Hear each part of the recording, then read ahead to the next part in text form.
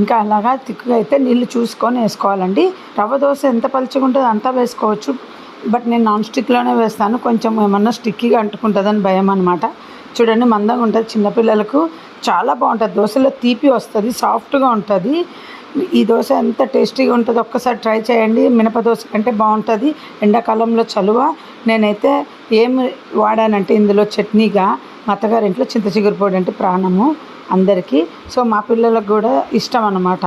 చింత చిగురు పొడి చేసుకుంటారు కదా అందరు ఇళ్ళల్లో, నేను కూడా చేసుకునేదాన్ని. ఇదైతే ఊరు నుండి తెచ్చుకున్నది.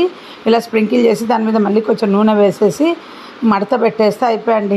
అప్పుడప్పుడు ఎర్రకారమే కాకుండా మేము ఇలా ఓపిక లేనప్పుడు చింత చిగురు పొడి వేసుకుంటాం. ఇంకా చట్నీ ఏం చేసుకోమండి, ఎందుకంటే దీంట్లోనే పులుపు, కారం, ఉప్పు అన్నీ టేస్టీగా ఉంటాయి.